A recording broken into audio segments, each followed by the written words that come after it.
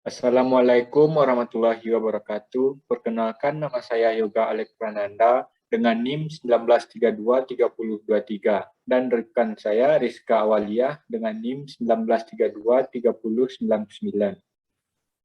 Di sini kami akan menjelaskan tentang evaluasi bangunan tahan gempa. Guna memenuhi tugas metode perkuatan struktur yang diampu oleh Ibu Dr. Eng Eka Juliafan. Untuk materi pertama akan dijelaskan oleh rekan saya Rizka Awalia. Kepada Rizka dipersilahkan. Baik, terima kasih kepada Yoga. Pertama, saya akan menjelaskan syarat minimum bangunan tahan gempa. Mendirikan sebuah bangunan tidak bisa asal, namun perlu perhitungan yang jelas dan matang. Pasalnya, di Indonesia adalah negara rawan gempa sehingga kondisi alam wajib dipertimbangkan.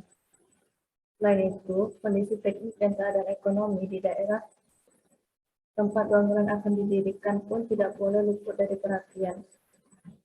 Secara umum, syarat keamanan minimum untuk bangunan tahan gempa yaitu harus memenuhi kriteria berikut ini. Yang pertama yaitu jika terjadinya gempa bumi dengan kekuatan lemah, maka bangunan tidak mengalami kerusakan sama sekali. Yang kedua, jika terjadi gempa bumi dengan kekuatan sedang, maka elemen struktural tidak boleh rusak, sedangkan elemen non-struktural boleh rusak. Dan yang ketiga, jika terjadi gempa dengan kekuatan sangat kuat, maka bangunan tidak boleh runtuh jika sebagian maupun seluruhnya. Selain itu, bangunan tidak boleh mengalami kerusakan yang tidak bisa diperbaiki. Selanjutnya itu ada ketentuan umum bangunan tahan gempa, yaitu di sini ada 4 ketentuan. Yang pertama ketentuan fondasi, lalu ketentuan daerah bangunan, ketentuan lokasi bangunan, serta ketentuan kuda-kuda. Pertama kita akan membahas tentang ketentuan fondasi. Ketentuan fondasi ada pun 5 ketentuannya, yaitu yang pertama fondasi harus ditempatkan di tanah yang keras. Lalu fondasi harus mempunyai penampang melintang yang simetris, dan fondasi tidak boleh ditempatkan sebagian di tanah yang keras dan sebagian di tanah yang lunak. Fondasi juga harus mengikuti panjang denah bangunan atau panjang penerus. Dan terakhir, fondasi menerus harus dibuat pada kedalaman yang sama.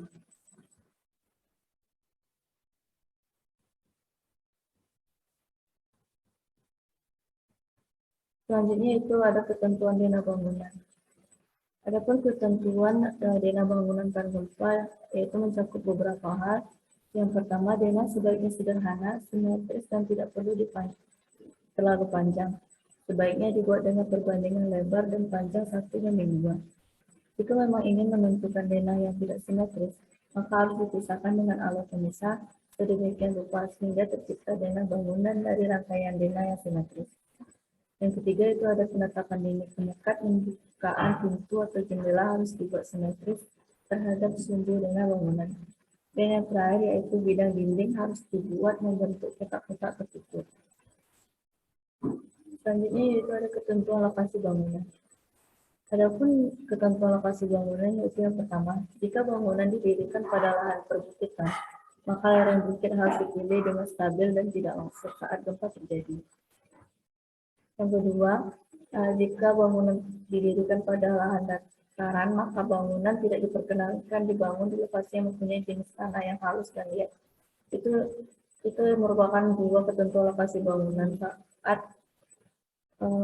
menentukan saat ingin membangun bangunan. Dan terakhir itu ada ketentuan kuda-kuda. Pada saat mendirikan kuda-kuda bangunan tahan gempa, sangat disarankan untuk menggunakan kuda-kuda pakan paku.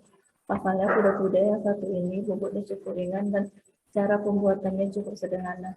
Adapun ukuran yang digunakan untuk membuat kuda-kuda pakan paku yaitu lebar 2 cm dan panjang 10 cm. Sementara jumlah paku yang digunakannya ini minimum 4 buah paku dengan panjang 2,5 kali tebal kayu. Itu merupakan beberapa ketentuan bangunan tahan gempa. Selanjutnya saya kembalikan kepada Yoga.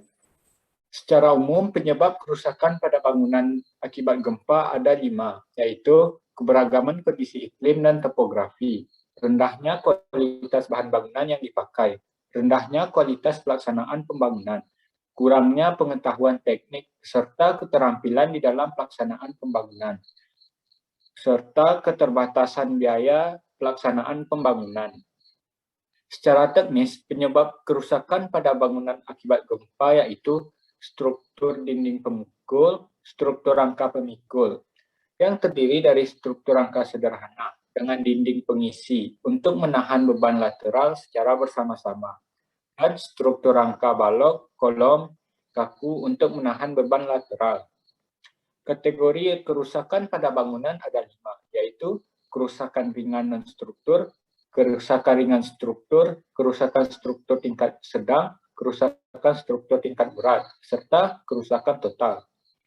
Kerusakan ringan non-struktur ditandai dengan adanya retak halus dengan lebar celah kecil dari 0,075 cm pada plesteran, serpihan plesteran yang berjatuhan, serta cakupan luas yang terbatas. Kemudian kerusakan ringan struktur.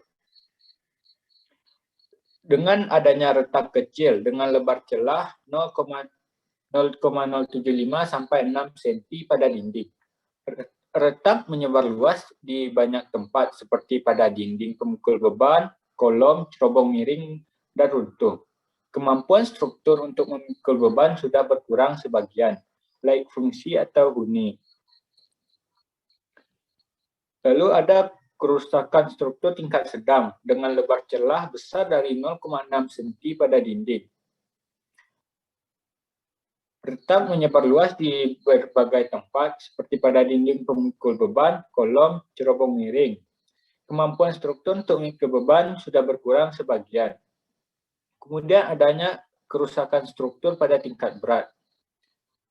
Dinding pemikul beban sudah terbelah dan runtuh seperti terlihat pada bangunan lantai 2 pada gambar di bawah ini. Bangunan terpisah akibat kegagalan unsur-unsur pengikat. Kira-kira 50% elemen utama mengalami kerusakan dan bangunan tersebut sudah tidak layak huni lagi. Kemudian kerusakan total. Bangunan roboh seluruhnya, itu kurang lebih besar dari 65%. Sebagian besar komponen utama struktur sudah rusak seperti kolom dan balok-balok pada bangunan tersebut, dan bangunan tersebut sudah tidak layak fungsi lagi. Kemudian ada perbaikan pada bangunan yang terkena akibat gempa, yaitu perbaikan arsitektur atau repair, restorasi, dan perkuatan. 1. Perbaikan arsitektur. Tujuannya adalah untuk mengembalikan bentuk arsitektur bangunan agar semua perlengkapan atau peralatan dapat berfungsi kembali. Tindakan yang dapat dilakukan pada perbaikan arsitektur ini yaitu menambah retak-retak pada tembok, plesteran, dan lain sebagainya, memperbaiki pintu, jendela, dan mengganti kaca, memperbaiki kabel-kabel listrik, serta memperbaiki pipa-pipa air, dan mengatur kembali bagian-bagian yang sudah terpisah dari bangunan. Kemudian restorasi. Tujuannya adalah untuk melakukan perbaikan pada elemen-elemen struktur penahan beban. Tindakan yang dapat dilakukan pada tahap restorasi ini yaitu menginjeksikan air semen atau bahan-bahan eksposi ke dalam retak-retak kecil yang terjadi pada dinding pemikul beban, balok maupun kolom. Retak kecil adalah retak yang mempunyai lebar celah antara 0,075 cm dan 0,6 cm. Selanjutnya, penambahan jaringan tulangan pada dinding pemikul balok maupun kolom yang mengalami retak besar, kemudian diplester kembali. Lalu, membongkar bagian-bagian dinding yang terbelah dan menggantikannya dengan dinding baru, dengan spesi yang lebih kuat dan dijangkar pada portal. Selain restorasi ada lagi yaitu perkuatan. Tujuan perkuatan yaitu untuk meningkatkan kekuatan struktur dibandingkan dengan kekuatan semula. Tindakan yang termasuk ke dalam perkuatan yaitu penambahan daya tahan terhadap beban lateral dengan jalan menambah dinding, menambah kolom, dan lain sebagainya. Kemudian menjadikan bangunan sebagai satu kesatuan dengan jalan mengikat semua unsur penahan beban yang satu dengan lainnya. Menghilangkan sumber-sumber kelemahan atau yang dapat menyebabkan terjadinya konsentrasi tegangan di bagian-bagian tertentu, seperti penyebaran letak kolom yang tidak simetris, penyebaran letak dinding yang tidak simetris, beda kekakuan yang mencolok antara lantai yang satu dengan lantai lainnya untuk bangunan yang bertingkat. Kemudian bukaan-bukaan yang berlebihan, seperti terlalu banyak pintu dan jendela. Lalu menghindarkan terjadinya kehancuran getas dengan cara memasang tulangan sesuai dengan detail-detail untuk mencapai duktilitas yang cukup. Nah, untuk teknik restorasi sendiri yaitu restorasi pada dinding. Pengisian bagian yang retak dengan adukan semen. Restorasi pada dinding menggunakan jaring kawan ayam. Kemudian restorasi pada kolom. Kolom yang mengalami retak sedang, bagian yang rusak dibobok dan dibersihkan. Setelah itu dicor kembali. Kolom yang mengalami retak berat, sehingga berdasarkan pengamatan diragukan kekuatannya. Sebagian yang rusak dibobok dan dibersihkan. Bila perlu, ditambahkan tulangan dan sengkang baru, kemudian baru dicor kembali. Seperti yang terlihat pada gambar. Kemudian perkuatan pada tembok. Perkuatan dengan besi tulangan. Dengan cara memasangkan memasukkan besi tulangan dan menghubungkannya dengan dinding. Lalu perkuatan tembok menggunakan kawat anyaman. Perkuatan pada tembok yang hancur. Dibuat balok pondasi, balok keliling, dan kolom praktis lengkap dengan angkur-angkur di setiap 10 lapis bata ke dinding baru. Panjang angkur yang dipasang yaitu minimum 30 cm. Perkuatan pada konstruksi beton. Teknik untuk meningkatkan kekuatan dengan dinding pengisi. Teknik untuk meningkatkan kekuatan dengan dinding sayap. Teknik untuk meningkatkan kekuatan dengan sokongan. Kemudian teknik untuk meningkatkan duktilitas dengan pembungkus plat baja. Teknik untuk meningkatkan duktilitas dengan besi strip dan plat baja. Dan teknik untuk meningkatkan duktilitas dengan jaringan tulangan. Lalu ada dengan sengkang yang rapat. Jadi dari materi tadi dapat disimpulkan bahwa jika jenis kerusakan ringan dan struktur, maka perbaikan yang dilakukan yaitu perbaikan secara arsitektur tanpa mengosongkan bangunan.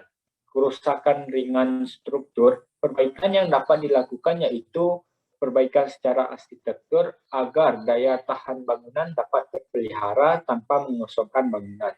Dan kerusakan struktur tingkat sedang, tindakan yang dapat dilakukan yaitu restorasi bagian struktur dan perkuatan untuk menahan beban gempa. Dan kerusakan struktur tingkat berat, bangunan harus dikosongkan dan dirobohkan atau dilakukan restorasi dan perkuatan secara menyeluruh.